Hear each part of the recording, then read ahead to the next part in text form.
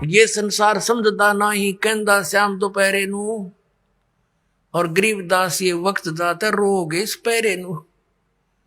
इस समय ने याद करके रोया करोगे। ताकि भगवान मनुष्य जीवन में जब भक्ति कर लेते, कुत्ते बन के ऊपर न मुंह कर होते, उनको कभी कभी प्रेरणा होती है। अके बूंदी बन गई हमारे साथ, रात्रि में सर्दी के समय ऊपर से वर्षा हो रही है, और वो एसी रूम में रहने वाला आज धूम लगवा के और गली में विराजमान है एक भक्ति ना करने से। और फिर न्यू करे ऊपर न मुकर को देखे बूंदी बनी उसको की आत्मा तो वही है जो मनुष्य शरीर में थी, सारी महसूस करते हैं वो। तो यहां परमात्मा कहते हैं अच्छे दिन पाछे गए गुरु से किया ना हेत, अब पछतावा के करे बिरा चिड़िया चुगी खेत। यानी मनुष्य जीवन रहते ये ज्ञान याद आ जाता है, पता लग जाता है तो कुछ भी ना बिगड़ा। और वह बिरान माटी हुए पाछे फिर रोए जाओ ऊपर न मुंह करके। गरीबदास ये वक्त जात है, मनुष्य जीवन का समय जाता है, रोगे इस पैरे लू, इस समय न रोया करोगे जो सत भक्ति नहीं करी। और भक्ति कर रहे हो नकलियों के पास, वो भी रोएंगे क्योंकि वो यूजलेस है, कोई मंत्र नहीं, कोई साधना नहीं, कोई ज्ञान नहीं उनका। तो वो अभी बात बिगड़ रही है। पुण्यात्माओं, काल ने घना जुल्म करवा रखा है हम आपके साथ। परमात्मा की चाह आत्मा को बहुत युगों से, जब से परमात्मा से बिछुड़ी है, लेकिन काल ने अपने ये दूत छोड़ रखे हैं कि ये मिसगाइड रखे, परमात्मा तक ना जाने दे, और ही कई साधनाओं में उलझाए रखे। ये तो दयालु आते हैं, अपने समर्थता से हमें इस मार्ग को याद दिलाते हैं और इस पर दृढ़ करते हैं। ना काल इस पर होने ना दे। 100 मन में खरपतवार पैदा कर देता जब सत्ज्ञान सुनता है, और जब अज्ञान सुना करते नो आराम से बैठे रहा करते। जो भी कोई कहता सारी साची, और सत शुरू होती है तो ये झूठी लगती है, क्योंकि हमने अज्ञान गणा सुन रखे। अब साधना करते हैं तो गलत करते हैं। क्या बताते हैं परमात्मा? प्रेत शिला पे जा विराजे पितरों पिंड भराई, बोर श्राद्ध खान को आए ये काग भये कल माही। परमात्मा कहते हैं प्रेत शिला पे जा विराजे, भूत बन गए, भूत ये गलत साधना करके, और फिर पितरों पिंड भराई, फिर पिंड भरवाए, और बोर श्राद्ध खान को आए काग भये कल माही। पुण्यात्माओं, ये श्राद्ध निकालते हैं,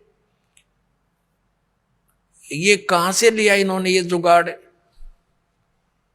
जबकि वेदों में मना है कि श्राद्ध नहीं निकालने चाहिए।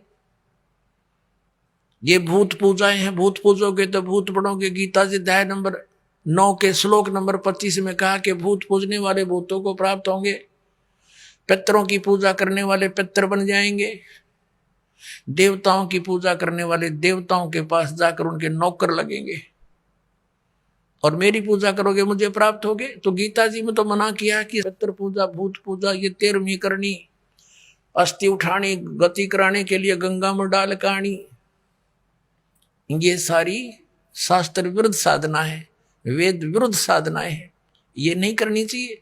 अरे हमारे धर्म गुरु इन नवगाटा जुड़वारे हमारा कि श्राद्ध निकालो, 17वीं 13वीं करो। अपना आत्मा परमात्मा कहा करते हैं, रे भोड़ी सी दुनिया सत्य गुरु बिन कैसे सरिया। रे भोड़ी सी दुनिया सत्य गुरु बिन कैसे सरिया। अपने लला के बाल उतरवावे देख के चीना लग जइया।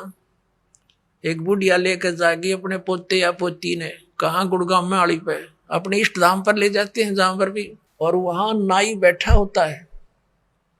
और इन अज्ञानी धर्म गुरुओं ने हमारे को यह सलाह दे रखी है कि पहले बाल बच्चे के अपनी माता के ऊपर उतरवाने चाहिए इष्ट धाम पे।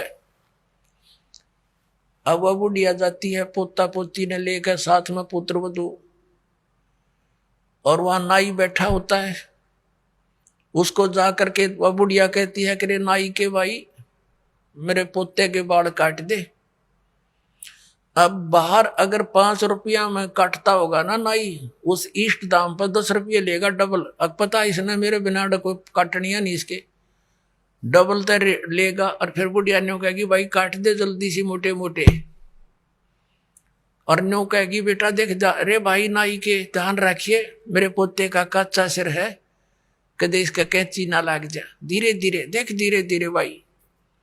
अब परमात्मा कहते हैं अपने लला के बाल उतरवावे, और इतनी चिंता कि कदे कैंची ना लग जाइया, और एक बकरी का बच्चा लेके उसका गला कटैया रे भोली सी दुनिया।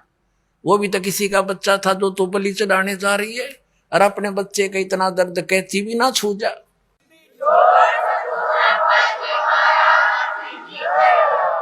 परमात्मा कहा करते जैसा दर्द अपना हो ऐसा जान बिराने।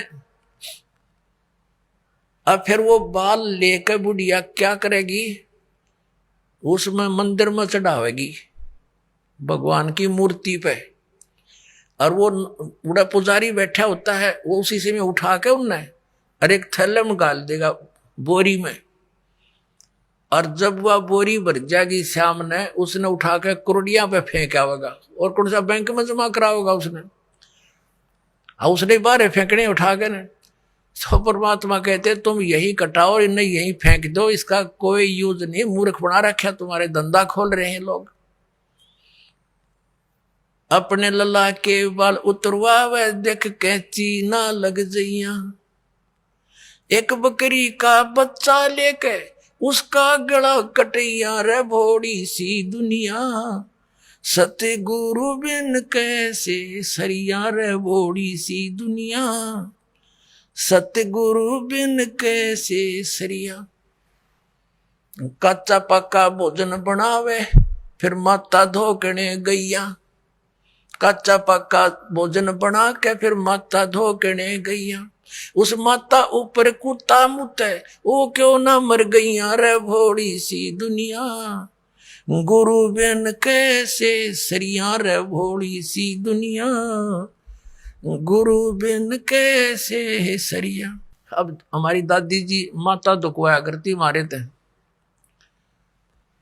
हमारी काकी ताइयों से माताओं से कहती ए पौधे मोटे मोटे गुड़ के हुए रोट,